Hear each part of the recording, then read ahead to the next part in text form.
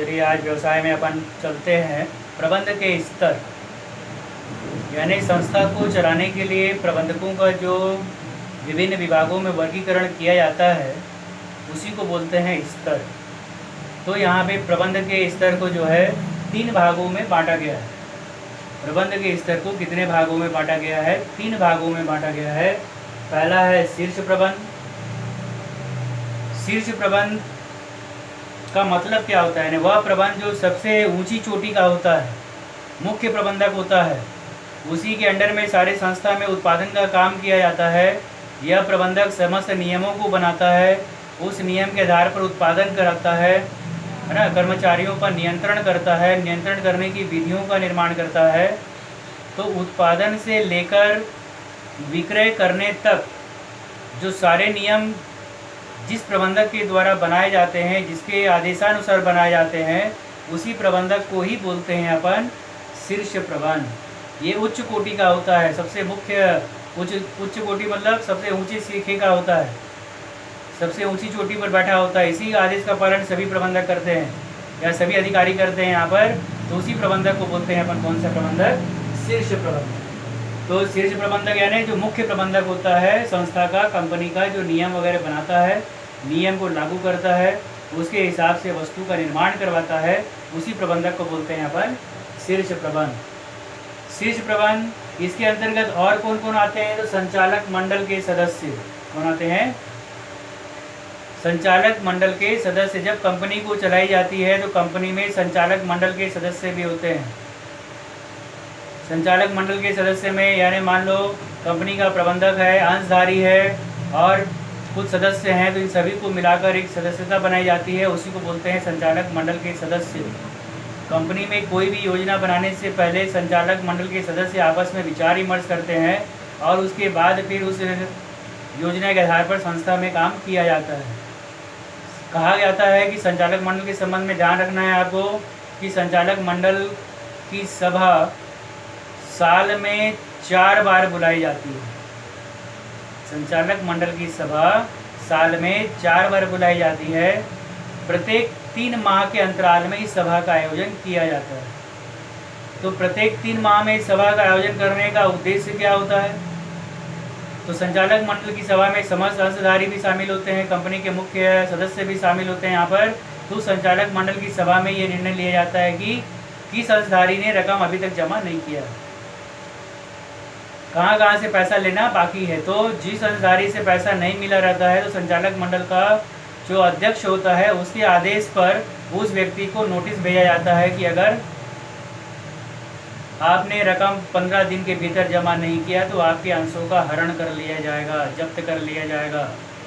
तो इस प्रकार की सूचना देने के बाद भी कोई जवाब नहीं आता है तो संचालक मंडल का सदस्य अध्यक्ष के कहने पर फिर से एक सूचना जारी करता है और उसके में भी उसको अवधि दी जाती है 15 दिन की। और उसके बाद भी अगर मान लो वहाँ से कोई रकम की प्राप्ति नहीं होती है तो उस सदस्य ने अंश खरीदने के लिए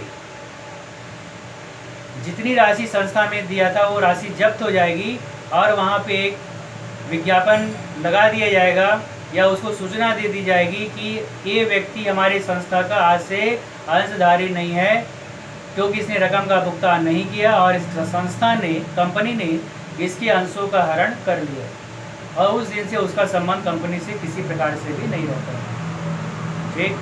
तो मुख्य प्रबंधक यानी उच्च कोटि का प्रबंधक जो मुख्य होता है, शीर्ष प्रबंध कहलाता है।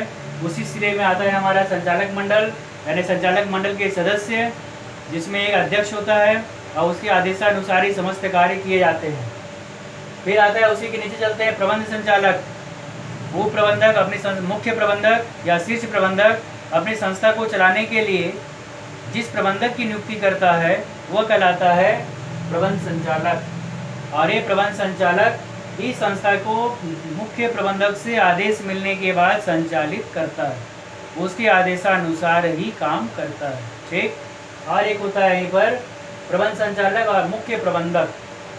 मुख्य प्रबंधक जिसे कंपनी में बैठा दिया जाता है और मुख्य प्रबंधक से आदेश मिलने के बाद उसके आदेशानुसार ये संस्था को संचालित करता है। ये अपने मन से कोई काम नहीं करता है, सारे नियम बना के दे देता है मुख्य प्रबंधक और जिसको अपन शीर्ष प्रबंधक बोलते हैं, और उस मुख्य प्रबंधक के द्वारा बनाए गए नियमों के अनुसार ये जो है मुख्य प्रबंधक, नीचे में जो है हमारे पास मुख्य प्रबंधक, ये मुख्य प्रबंधक संस्था को संचालित करता है, उसके द्वारा बनाए गए नियमों को क्रियान्वित करता है, उसके द्वारा बनाए गए अनुशासन का पालन करवाता है संस्था में, तब जाकर वस्तु बनकर तैयार होती है। आई बस में तो शीर्ष प्रबंध के अंतर्गत ये आते हैं। मध्य स्तरीय प्रबंधक के अंतर्गत कौन कौन आता है? तो मध्य स्तरीय यानी बीच का स्तर। बीच का स्तर कहाँ से शुरू होता है? हमारा मुख्य प्रबंधक से ही शुरू होता है, जहाँ से प्रबंधक को बैठा दिया गया। तो प्रबंधक तो रहेगा ही, उसकी सहायता करने के लिए अलग से एक प्रबंधक और रहेगा, उसको बोलेंगे उप प्रबंधक। और उप प्रबंधक की सहायता करने के लिए अलग से एक उसके नीचे और काम करेगा, उसको बोलेंगे अपन सहायक प्रबंधक। तो इसमें कितने मध्य स्तरीय में? प्रबंधक, उप प्रबंधक और सहायक प्रबंधक। पर्यवेक्षकीय में तीसरा भाग होता है पर्यवेक्षकीय, मतलब चारों तरफ नियंत्रण करना, देखना आसपास क्या काम हो रहा है, क्या नहीं हो रहा है, उत्पादन हो रहा है कि नहीं टाइम पर, है ना, कर्मचारी ठीक से काम कर रहा है कि नहीं। तो वहाँ पे एक व्यक्ति को पर्यवेक्षक के रूप में नियुक्त किया जाता है। तो पर्यवेक्षकी के अंतर्गत अधीक्षक, पर्यवेक्षक, फोरमैन। अधीक्षक यानी बड़ा अधिकारी, पर्यवेक्षक यानी नियंत्रण करने वाला, चारों तरफ जाएगा, राउंड मारेगा, देखेगा काम हो रहा है कि नहीं, और फोरमैन जो चार्जमैन को आदेश देता है, तब जाके हमारे कर्मचारी काम करते हैं। तो काम ठीक से हो रहा है कि नहीं, इसकी सारी जानकारी किसके पास होती है? फोरमैन के पास। और फोरमैन इसका रिपोर्ट देता है पर्यवेक्षक को कि हाँ ठीक है, हमारे इस क्षेत्र में या इस फील्ड में अच्छा काम हो रहा है, समय पर उत्पादन हो रहा है, इसमें कोई कमी यहाँ पर नहीं है, मानव माल मशीन सब पर्याप्त मात्रा में है। ये जानकारी देता है फोरमैन। किसको देता है? पर्यवेक्षक को। फिर पर्यवेक्षक अधिकारी को बताता है, और अधिकारी पर्यवेक्षकी को बताता है, पर्यवेक्षकी प्रबंधक को। और इसके माध्यम से बात कहाँ तक पहुँच जाती है? शीर्ष प्रबंधक के पास तक पहुँच जाती है कि संस्था में मानव माल मशीन का सही उपयोग हो रहा है, वहाँ पे किसी प्रकार से भी कोई कमी नहीं है। तो इस प्रकार से प्रबंधक को कार्य स्तर पर, संस्था को संचालित करने के स्तर पर 3 भागों में बांटा गया है: शीर्ष प्रबंधक, मध्य स्तरीय प्रबंधक और पर्यवेक्षकीय प्रबंधक। ठीक है, अब चलते हैं अपन इसी में आगे। मुख्य प्रबंधक के या शीर्ष प्रबंधक के क्या कार्य होते हैं? मध्य प्रबंधक, मुख्य प्रबंधक के क्या कार्य होते हैं, या उसी को बोलेंगे अपन शीर्ष प्रबंधक के क्या कार्य होते हैं। इसको देखते हैं अपन यहाँ पर। यहाँ से सबको समझ में आ गया? चलिए देखते हैं इसी में अपन शीर्ष प्रबंधक के कार्य। शीर्ष प्रबंधक बोलते ही आपको समझ में आ गया, जो सबसे ऊंचे चोटी का प्रबंधक होता है, जो मुख्य प्रबंधक होता है, उस प्रबंधक को ही बोलते हैं अपन शीर्ष प्रबंधक। तो इस शीर्ष प्रबंधक के क्या कार्य होते हैं? तो सबसे पहला कार्य होता है उपक्रम के उद्देश्यों का निर्धारण करना। उपक्रम यानी संस्था का उद्देश्य क्या रहेगा, इसका निर्धारण कौन करता है? हमारा शीर्ष प्रबंधक। पूरा उसके उद्देश्य के निर्धारण पर ही हमारी संस्था काम करती है, संस्था को लाभ हानि होता है। वो जैसा सोचेगा उसी के हिसाब से हमारी संस्था में काम करने वाले कर्मचारी भी काम करते हैं।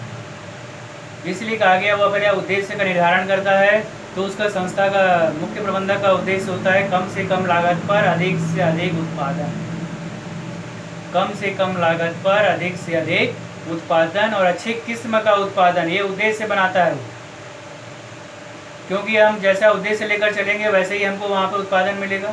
तो इसने अपना उद्देश्य बना लिया कि मुझे कम से कम लागत पर अच्छे किस्म की वस्तु का निर्माण करना है और उसकी क्वालिटी भी अच्छी होगी, ताकि उपभोक्ता पूर्ण रूप से संतुष्ट हो जाएगा, तो आने वाले समय में हमारे कंपनी के माल को ही क्रय करेगा। इस प्रकार से ये सब सोचकर वह अपने उद्देश्य का निर्धारण करता है कि मेरा उद्देश्य क्या है, कम से कम लागत पर अधिक से अधिक मात्रा में उत्पादन।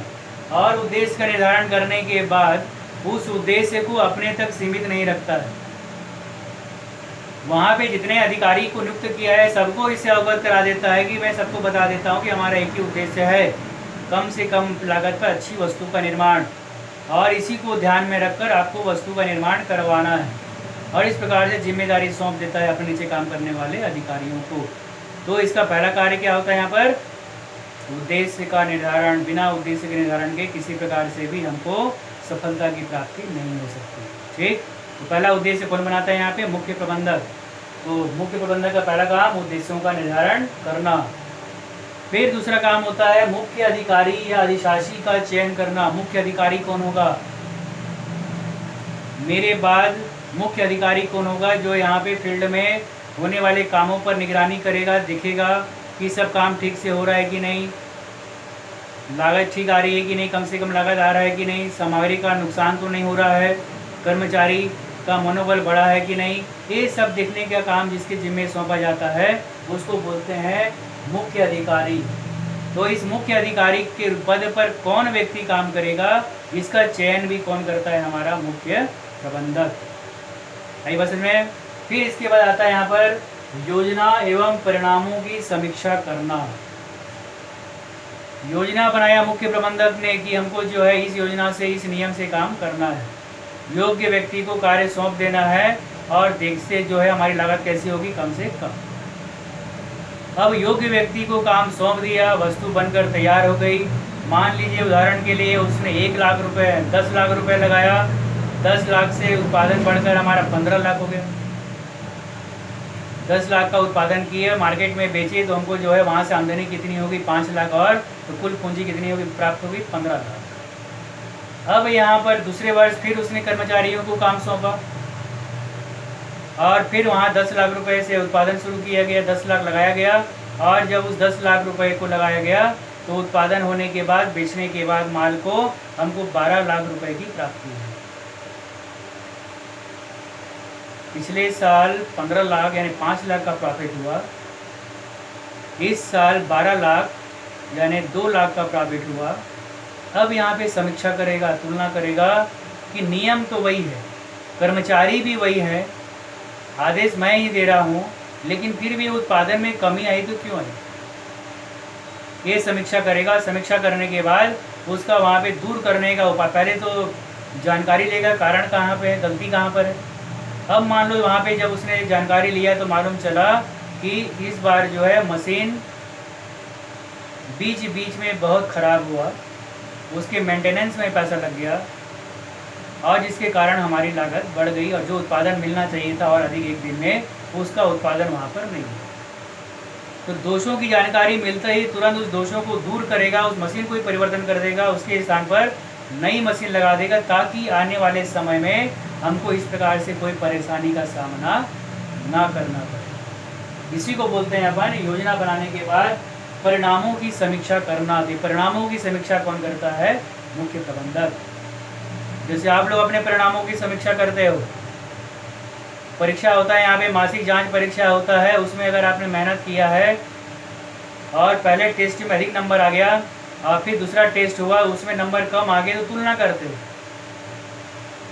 कि पहले मैं इतना पढ़ा था तो इतना नंबर आया और इस बार मैं पढ़ा कहाँ गलती किया कि मेरा नंबर कम हो गया। और फिर समीक्षा करने के बाद अपने दोषों को दूर करते हो ताकि आने वाले समय में आपका आंक और क्या हो जाए? बढ़ जाए। इसी को बोलते हैं तुलना करना, समीक्षा करना, जांच करना। ये हर एक व्यक्ति करता है अपने जीवन में, तो यहाँ भी कौन करता है? कंपनी का प्रबंधक। इसी को बोलते हैं अपन योजना एवं परिणामों की समीक्षा करना, समय समय पर देखना और तुलना करना कि यहाँ पे लाभ हो रहा है कि हानि हुआ तो क्यों हुआ, और लाभ हुआ तो और कैसे, कौन सा उपाय करूँ कि मुझे अधिक से अधिक मात्रा में लाभ की प्राप्ति हो। ये सब काम कौन करता है? यहाँ पे मुख्य प्रबंधक। बजट बनाना, किसी भी वस्तु का निर्माण करने से पहले बजट बनाने का काम भी कौन करता है? मुख्य प्रबंधक।